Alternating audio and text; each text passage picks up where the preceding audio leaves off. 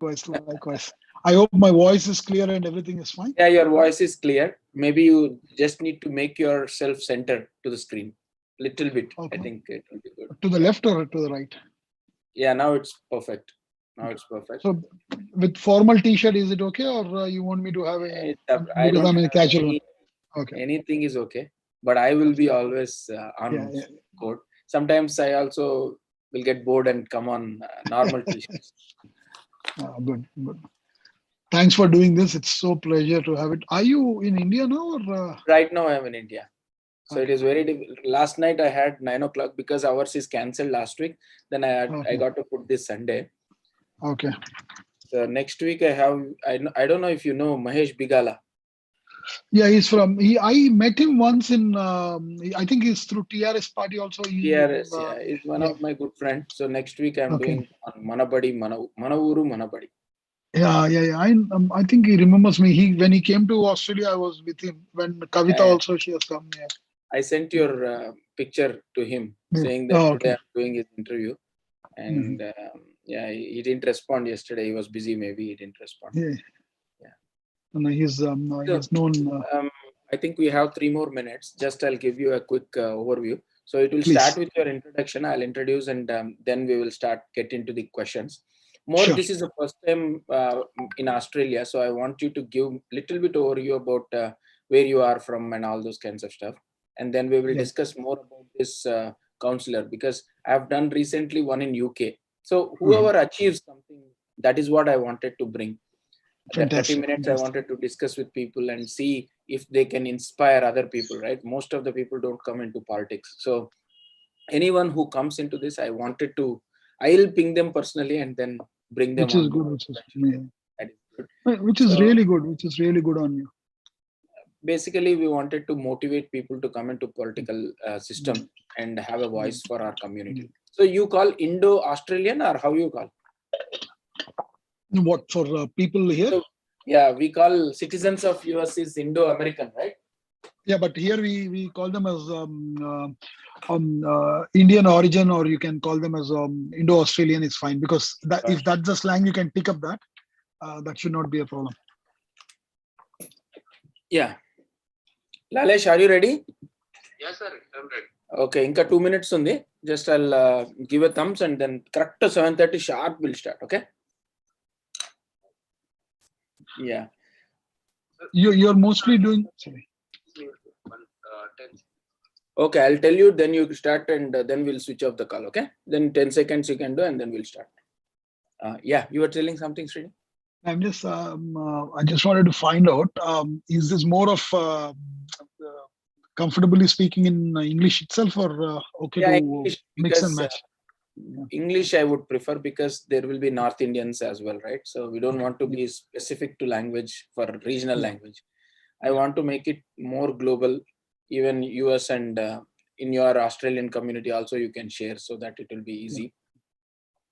And which are some are very specific to Telugu, like I did PV Narasimha Rao's Bharat Ratna, I was there. So in that Telugu, I can't speak that Telugu.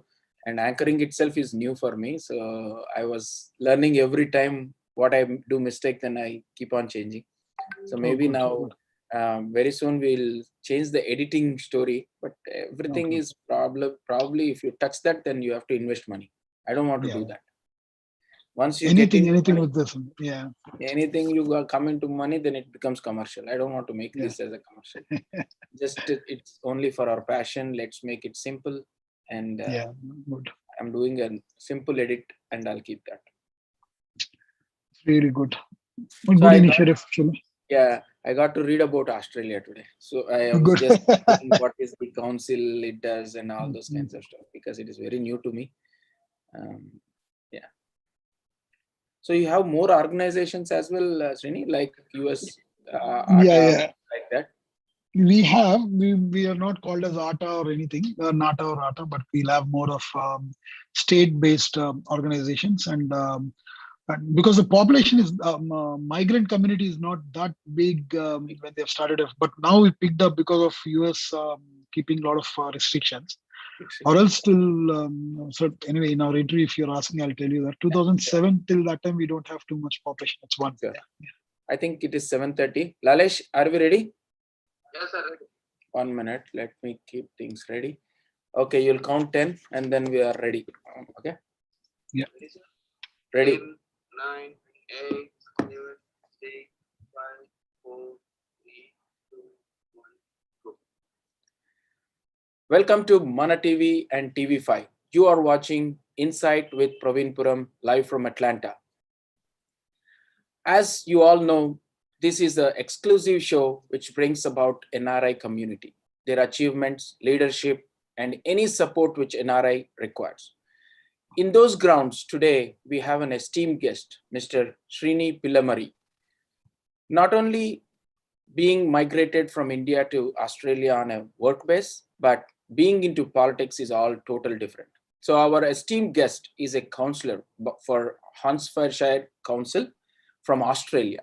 So we will get to know more about what is this councillor position and how did he manage to, balance between his job and the political system. So welcome to Srini. Thank you so much for your time today on our show. Thanks, Praveen. Thanks for the invite, and hello to all the viewers back in US, India, and obviously, I think Australia is also picking up on this particular thing. Thank you for everyone who is watching there. Thank you, Srini. Let me introduce Srini in detail. Srini Pillamari, by profession, is an IT entrepreneur. He runs his digital technology and business software business across Australia and New Zealand, active community volunteer for Australia over 2 decades. Srini is committed to strong, cohesive, diverse, and multicultural Australia. He has been a volunteer, president, secretary, treasurer, and on various community organizations like Hornsby's SES, Hornsby Chamber of Commerce, Alive 90.5 FM, Australia Community Inspired Association, and many more community. Well, he also been part of Rotary Club and many other organizations. Srini graduated with Bachelor of Engineering in Computer Science, Master of Information System from Central Queensland University. Srini serves as a sponsorship director of West Pennant Hills Cherrybrook Cricket Club and treasurer, director of DSPANZ, digital service provider Australian New Zealand, formerly known as ABSIA, Australian Business Software Industry Association. He is appointed as a diverse community network member of ATO, Australian Taxation Office. He is married with 2 kids and live locally in Cherrybrook, NSW. Wow. What a history, Srini. So tell us more, being an Indian moving to Australia after 2 decades, and how did your journey begin to become as a counselor? Please let us know more about your journey. Yeah, more than counselor. Firstly, I would definitely like to talk about my early days of schooling, which I've done in Hyderabad. I'm a Hyderabad born and brought up kid. Right. My parents migrated. My brother actually migrated to Australia in '91. He was the start of this journey to Australia. We were there back in India itself. I'm from Shivishwani Public School. I studied there in Shivishwani Public School, which is in Devar Emsal. That's where my journey of understanding how the leadership is and what's required to be a leader. I think those are the roots. What I've got my foundation strong there. From there on, I've done my +1 and +2, then engineering in computer engineering, computer science, and then moved to Australia for my master's in '98 because most of my family was here. So it was a natural transition for me to move to Australia, then go to US because most of my friends left to US at that time. And I was the one or two guys who were there keen to move towards Australia because of our family was residing in Sydney. So I've moved to Sydney, which is most of the population was there apart from Melbourne. Melbourne was mostly thickly populated by Indian migrants back those days, but now it's pretty much equal everywhere. So Sydney was my choice because of the family being there. I've come here for the masters. Did masters. While doing masters, I got an opportunity to be selected in a campus interview for one of the company called Unisys. It's a US based company. I got selected as a quality assurance person to work with them. which was a good journey to start with because I understood how the system works. By that time itself, I understand the system, how it works. In between this, when I was there in India, I was pretty active with a lot of local politics, either it's be Congress or because I've got friends on both Congress and TDP side back in Hyderabad. Because after 83, it was TDP which has ruled for a period of time. So I've got friends on both ends of the place. So very active with them and learn to be like, I used to go around with them campaigning and seeing things. And one of my classmates, dad was the finance minister at TDP. His name is, uncle's name was M. Rajaya.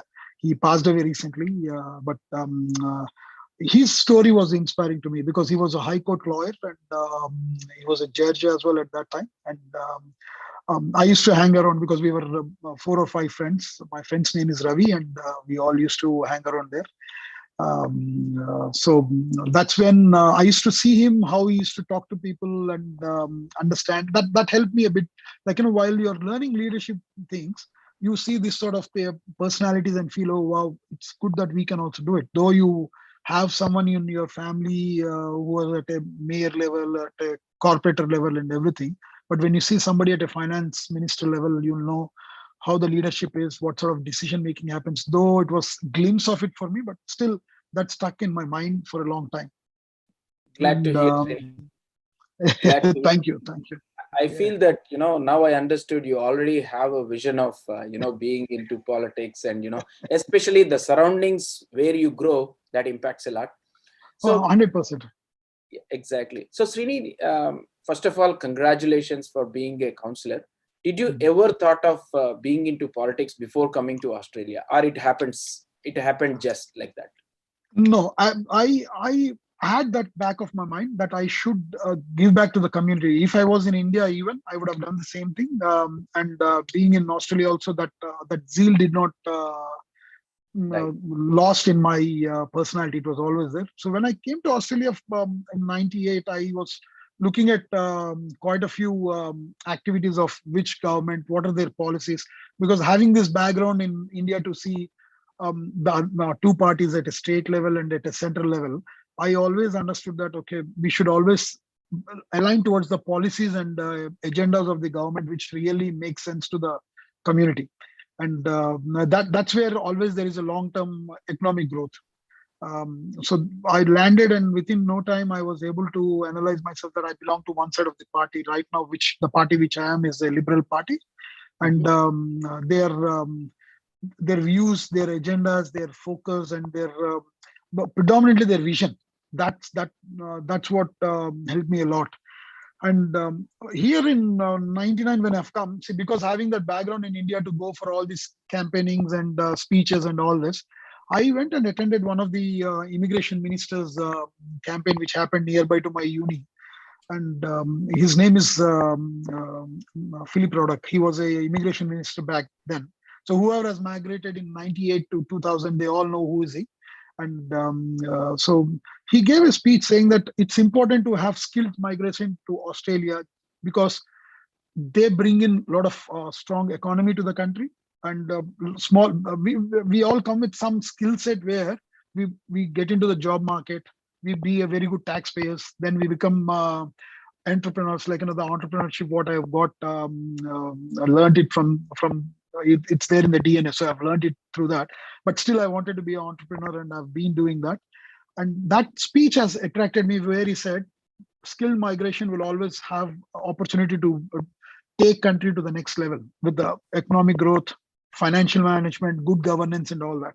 And he said that's the reason his policy was to migrate skill migration to Australia. So I'm one of them. And he said 20 years down the line, we never know, they will also be into the public service. That's the words which echoed in me in '99 when I attended his speech back in those days. It's almost 21, 22 years now. Very, very inspiring, Srini. I think you have caught hold of the right person, immigration, right? Because most of our Indians will be looking in that area, and Yeah. they wanted to be strong in that area. I think that's a good move. So Srini, before we get into the counselor details, I wanted to more give a brief, because this is the first time I'm doing an Australian interview. we wanted to have a high level about the geography and then zoom into your county and then explain us how this works and how the council works, and then how many wards are there, and what is the how many members will be there, and how the election has happened. Then we will come into the details about what is your strategy and all this stuff. Yeah, Would sure, you? sure. Thank you. Yeah, just that before I get into that, the immigration minister whom I've talked about, Mr. Philip Roddock, he is my mayor now. He's my mayor now, and I'm working directly with him after 20 Wow. years. So that is really a great achievement for me, because someone who spoke in '99 and 20 years down the line, he's my boss, who's my mayor, and I'm working with him, and it's a great honor to do that. Now, the way you asked, see, Australia has got territories and as well as states as well. Just like Indian thing, we have got 29 states and we have got territories as well, union territory as well. Similarly, we have got territories here in Australia, and then you have got states. So every state has got its own sum of rules of council elections. That's called local government. So we call council as a local government, and then you have got a state government which runs by the state, where you have got state elections and stuff. Then you have got federal, which is at a national level. We'll do. So I come in a category of local government, wherein every state has got their defined procedures and policies how we do it. We have got 300 councillors across New South Wales. That's the state I come from. Okay. So every council, the councils, every councillor belongs to a council, and that council is called local government area. We call them as LGA here, and that comes under one shed, like similar to what we have in India as well. You have got corporators. We may call them as corporators or councillors, and then above them you have got mayors, and above the mayors you have got the state members, whoever it may be, and we call that state members as MLA there. Here we call state members as MP as well. Similarly here, for each councillor belongs to a ward, and each ward has got 3 councillors. Minimum there would be 3 councillors. So the job is distributed between 3 councillors all the way. So any ward you take it, in that ward they make them as 3 councillors, and then you have that demographic in such a way that I'll talk more about Hornsby Shire. We have got 9 councillors here and 1 mayor. That means we are divided into 3 wards. So each ward will have 3 councillors, and the council elections would be independent can contest for that, a party person can contest for that, and there will be always a proposition of whoever is delivering the best would lead the show, and we do it. In the Shire Council where I come from, our party, which is Liberal Party, has got the bigger in numbers, because the deliverables, what we commit and what we promise to the local residents, we deliver that on time and on budget. That's the reason we have that goodwill over a period of time, which has been built upward. Yeah, that's how it works. Well, thank you for the insight, Srini. Srini, now let's come to the voting and the campaignings and all the stuff. So for more and more of the Indian Australian citizens, right? So this should be an inspiring story for them. So when you are doing your campaign, does this have any specific years of living in Australia? So what is the eligibility criteria, and how the campaign has begun, and how much money we need to spend on this? So the reason I'm asking these questions is I have to inspire other Australian Indian origin citizens to more and more participate in the political system. That's the main agenda. Absolutely. That's a very good point, Praveen, because let me be very clear. One of my motto of getting into politics was giving a pathway to the next generations from Indian heritage and Indian origin, because it's very important for us. If you want to have a change, you have to be inside that to get the change done. And if my story can inspire them, it's always good. And as you rightly asked, once you become a citizen of Australia, see, to become a citizen, you got to stay here for some time, and you have to go through that procedure of becoming permanent resident. As in US, you have got a green card. We have got a permanent residency here. You got to be a permanent resident. Then you move on to becoming a citizen. Once you become the citizen, you are straight away eligible. The Constitution of Australia says that The moment you are a citizen, you have got all the rights of a person who's living in this country as any other citizen of this country. That's the beauty of the constitution here. You straight away eligible for that. But whether you want to be an independent candidate or you want to go through a party and align yourself to the party, learn the integrities of that, learn the system inside that, and become a part of the factory of that, so that it, it's uphill battle in the party to understand those things. But once you understand and you start delivering it, it starts working. So I would suggest most of our Indian diaspora, both men and women, to have an equal opportunity of getting in, because it is very important for us to have that complete diaspora coming in. That's what my intention is. And working in a community organization is very good, because you will learn how important it is to be a volunteer and how important it is to understand the locals' work style, and being associated with local volunteer organizations will always help.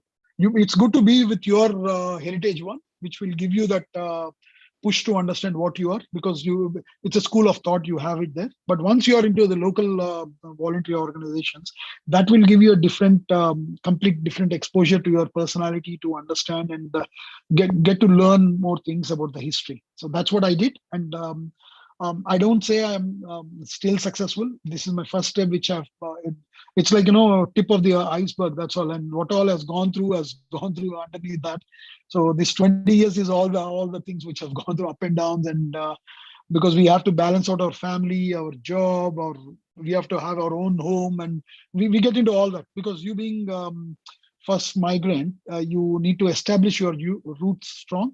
And that is what I think is important to start off the second phase of the journey. Yeah.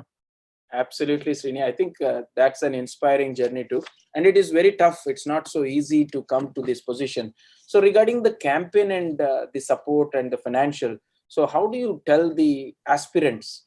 Is it required financially to be sound, unlike in India or any other places, to contest? Okay. Firstly, campaign. The campaigning is more of you have got volunteers. You have to have your own volunteers and team. You have to build a team. And even if you are with a party, you need to make sure that you get that party gives you that support. But still, you have to have that connections with the team to make sure that you have it. For my campaign, I had around 120 people volunteering for me, which is one of the largest one for the ward I am. The people, their calculation was, if I have got 80 to 85 people, it is pretty good. But I was lucky enough, by the grace of God, that I've got 125 people volunteering from morning 6 a.m. till 7 p.m., which was like, 80 years work, 13-14 hours of time. And so that campaigning volunteer team is very much important for us to do it. And the campaign, the campaign, what happens is, you have got an election day. We have got something called pre-polling. I'm sure it's there, same in US and back in India as well. That is for a 2 weeks period. So you have got pre-polling booths, and you need to have volunteers for that as well. And then you need to do door knocking.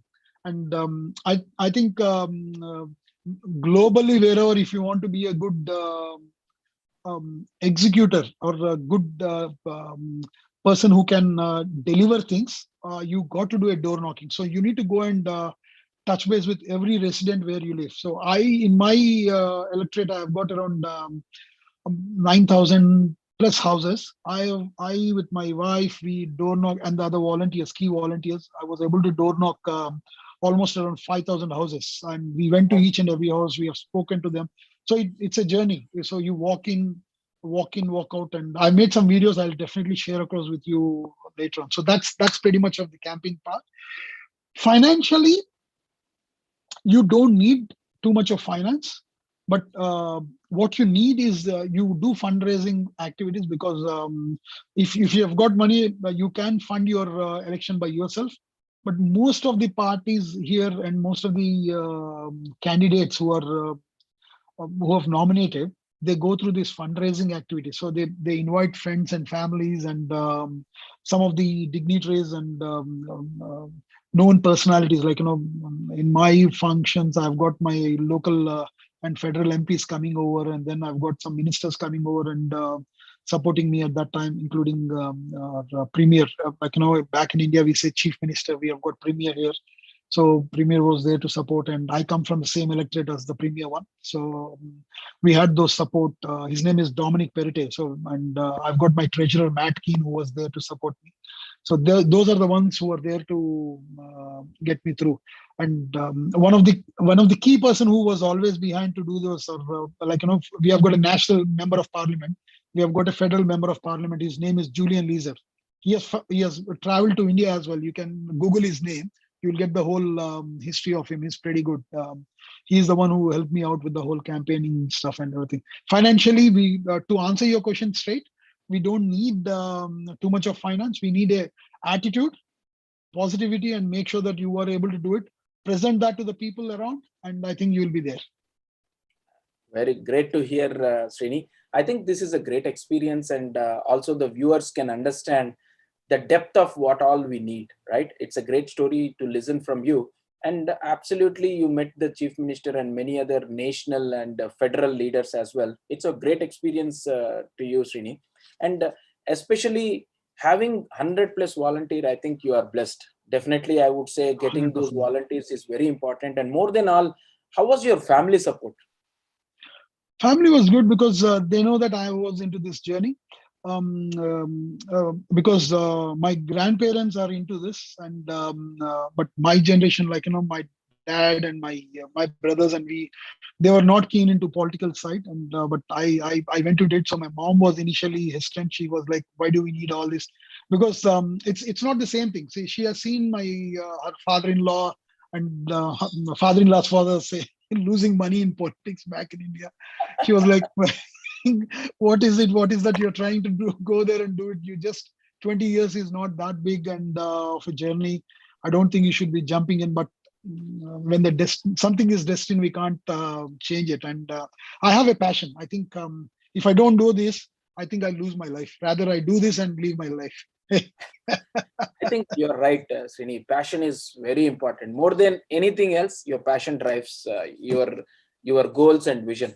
So after meeting, very interestingly, I heard about from 9,000 houses, you visited almost 5,000. So during this campaign, no matter what, you might have learned the real challenges from the households, right? So if I were to ask top five, what were the top five issues the households faced, and what was your thought at the time after coming home? How did you manage to gist out them and thought in your mind, once I become a counselor, I will do these five things? Yeah, that's a very good question from you, Praveen. Thanks for asking that.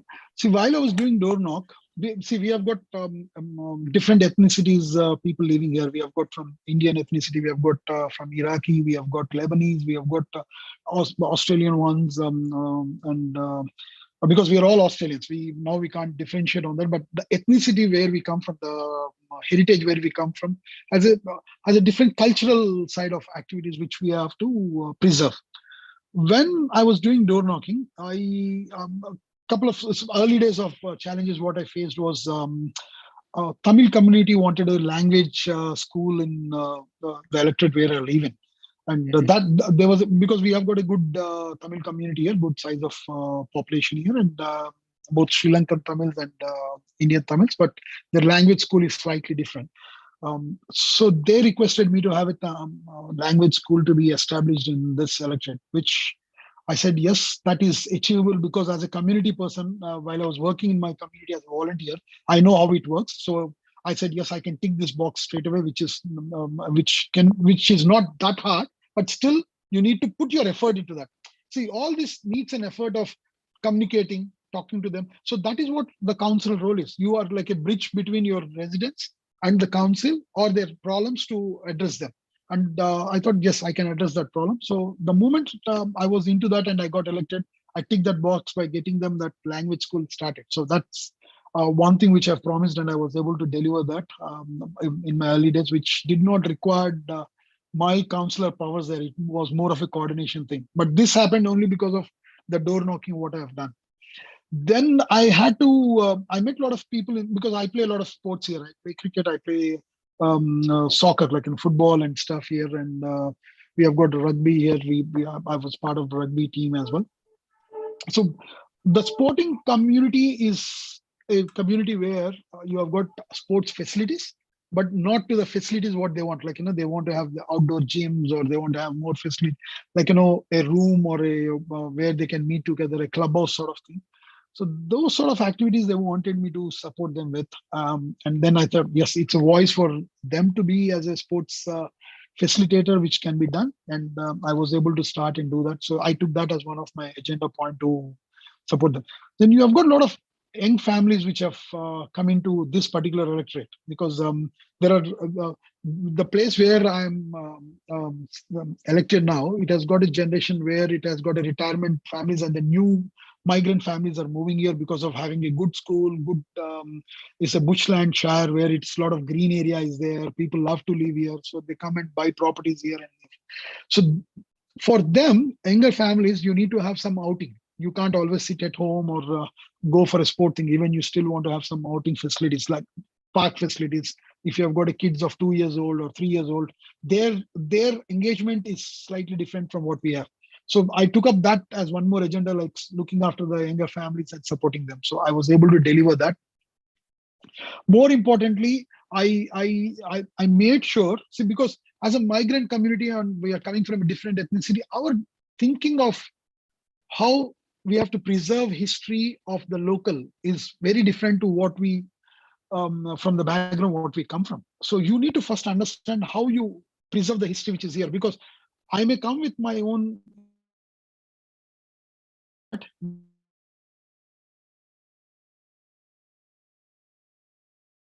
and you have to belong to that history.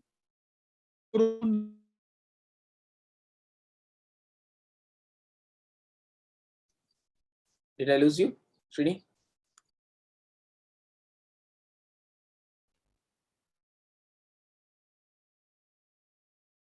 Srini? Hello. Yeah, now I'm able to hear you. Can you hear me? Yes, yes. Hello. I'm able to hear you, Srini. I think there is maybe poor internet from your side. Can you hear me? Yes, I am able to hear you now.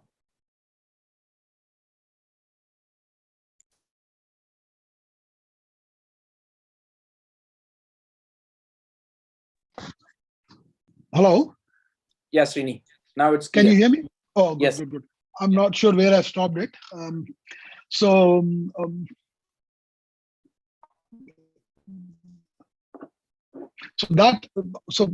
preserving the local history and heritage has become one of the key agenda point for me as well.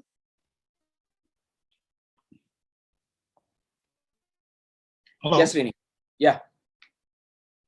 I think there is some connection issues from your side, Hello? But now I think we're getting there. Is it? I'm surprised why my connection is that. Can you hear me now? Yes. Because I'm able to see through. Yeah. Yeah, the same here. So that's. Yeah, now it's clear. Please, let's go ahead. Yeah, Sorry for the interruption, guys. Yeah. Sorry about that. I think I've got some problem here, but yeah. So preserving local histories and local heritage was one of my agenda points out of my 4 key points, and building that facilities for younger families with parks and facilities. I was able to do that, and I've got my colleagues as well who are being supportive on doing this. So that's how I started off my journey, and pretty early days. I'm sure I'll put my head down and work, and you should be able to hear about me more in the coming days. Great, Srini. I think I'm very glad that you have already covered 2-3 points. And how much tenure? What is the tenure of a counselor typically? It's generally 4 years, but what happened this time because of the COVID thing, our tenure has been shortened because the previous election has been delayed. So this time we have it only for 2 years, 9 months or so, but pretty much we have it for 4 years. Yeah. Absolutely. 3 to 4 Srini, years. how do you balance? So now, is it a full-time job? Now the counselor is a full-time job. So we cannot do any of our jobs during this time, or can we balance both? We should be able to learn how to balance it, and it's not a full time. It's more of a part time role. So Wednesday you have got council meetings and community engagement. What you do. So in my case, what I did was because I run my the company, which is a 30-year-old. It's called Soft Labs. It's a ERP solution provider. I run that company here. And I work Monday, Tuesdays, and Thursdays in my office. And Wednesdays and Fridays, I'm pretty much into community engagement and council activities. Those are the days I've distributed. Saturdays, I have got my sports, what I play, and active in that. Sunday is completely a family day. Enjoy with family and have family gatherings for lunch and stuff. Because my sister lives next door and my brother lives nearby, so we all have get-togethers. Great to hear. So especially it's good to hear that you own the company. What about a person who is employed? Still, he can become a counselor and be balancing between both? Yes, when they are working for someone, I think they should be only going for a part-time job on other place, unless they are able to balance it. But council job is something which is part-time, but the activities what you have, the correspondence what you have to do, you'll be inundated with a lot of work, and so that way balancing becomes slightly harder for a person who is working. But if he's able to take permissions or something and say he wants to work only part-time with the office as well, because this is not that highly paid job or anything. You get allowances on that, but it's more of a passion. As I rightly said, see, you have got a passion to do it. That's the reason you get in and do it. Yeah. Srini, how do you feel when you become a counselor and you go into the community? So what sort of respect and what sort of benefits you get out of this particular leadership role? Okay. See, more than benefits, what I get, definitely a benefit is like, you feel satisfied that you're giving back to the community. That's the best satisfaction you get. I don't see any other benefits than that, because people come and share their stories, and which they cannot share it to someone else. That those are the stories. The best part is being a multicultural community person, like from some different ethnicity, people from subcontinents, people from who understand that culture, they come and talk to me, and I can easily relate and say, okay, I know there is a problem. I can understand their problem because somewhere down the line I can link myself to that and say, okay, yes, this can happen to me as well, so I can resolve that. So that, because I can talk to them in that, I connect to them at that grassroots level.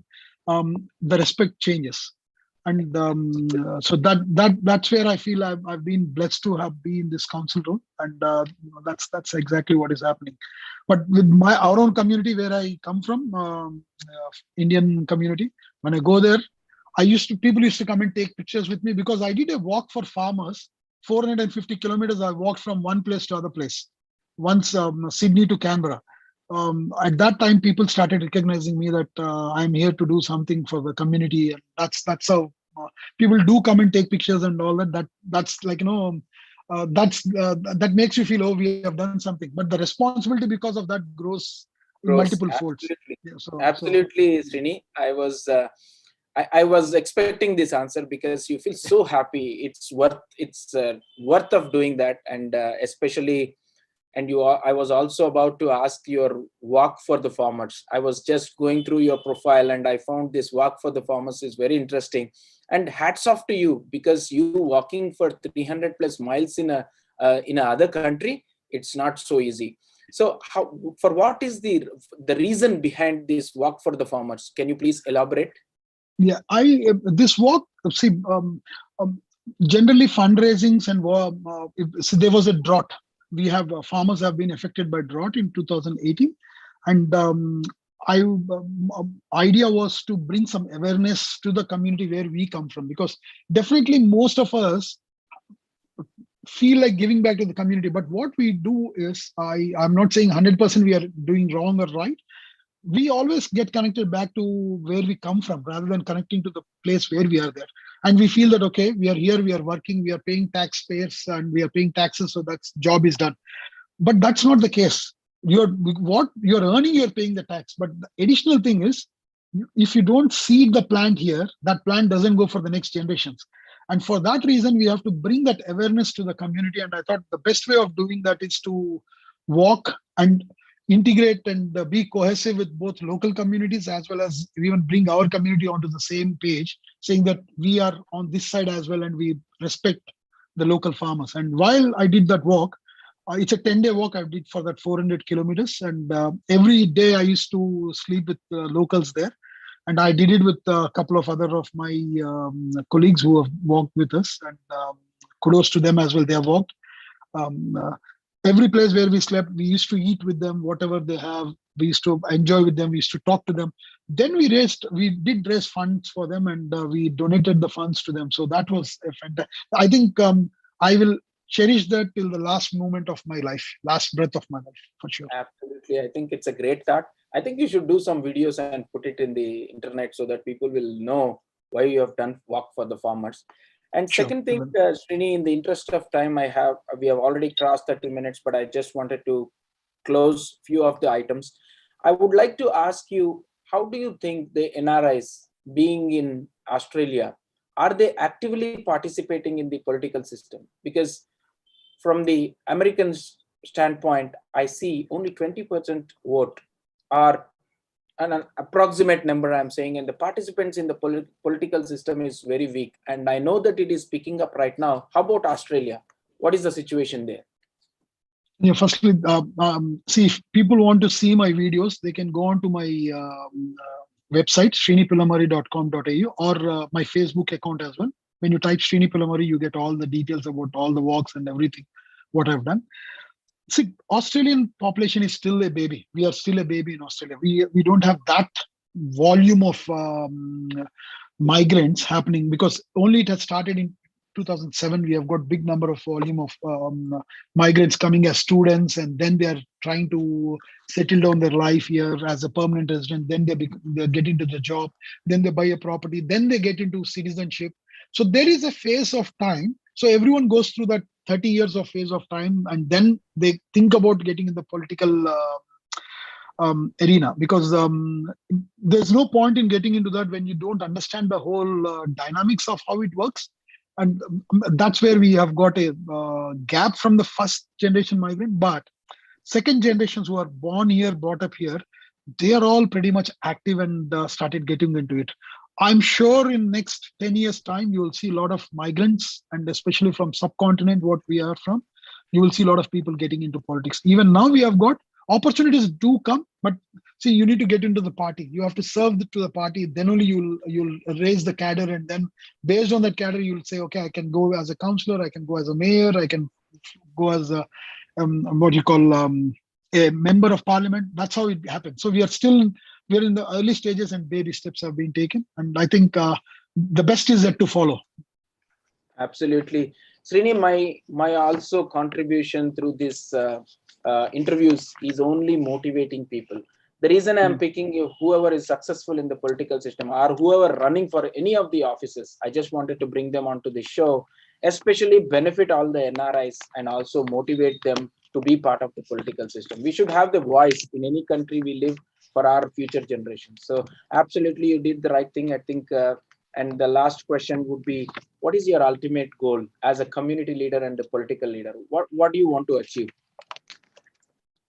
I don't know at this stage, but surely whatever I'm doing, I want to give my 100% to that community, or to that locals what I'm doing. That's all my ambition is, and I'll be continuing doing that. Thank you. Thank you, Srini, for your wonderful story and your time. So finally, before we close this session, what is your message to the Indian community in Australia or any other country? I'm Indian community. More than that, I would say that Indian diaspora who have become a local citizens or permanent residents. You will have a lot of hardships, but keep your head down, because this is one of the beautiful land. You will get golden opportunities, and when you get it, take it with pride and do it with pride, and stay with confidence all the time. And you always have a help around. Feel free. We are there to help, because we are just one step before you. So we are always there to help. But keep focusing. Get your dreams. They'll come true. Thank you. Thank you. Thank you, Srini. more in the upcoming videos or the shows, I wanted to, interact globally. Like if Srini is a counselor in Australia, how the counselor works in India, how the counselor works in US, UK. So I wanted to do more comparison shows where it gives the different, altogether different politics, different geography, and different dynamics. So this gives an synergy between the countries and know more to the audience. So definitely we'll talk more in future, and also we will work whenever the achievers like you come to India. You should have a red carpet for you. So Thank you. glad. Thank you. Thank you so much for all your hard work, and for your family as well. We wish you all the best in your future endeavors, and thank you, and have a great day. Thank you. Thank you to you all. Thank you, viewers. Thanks for listening to me. Bye now.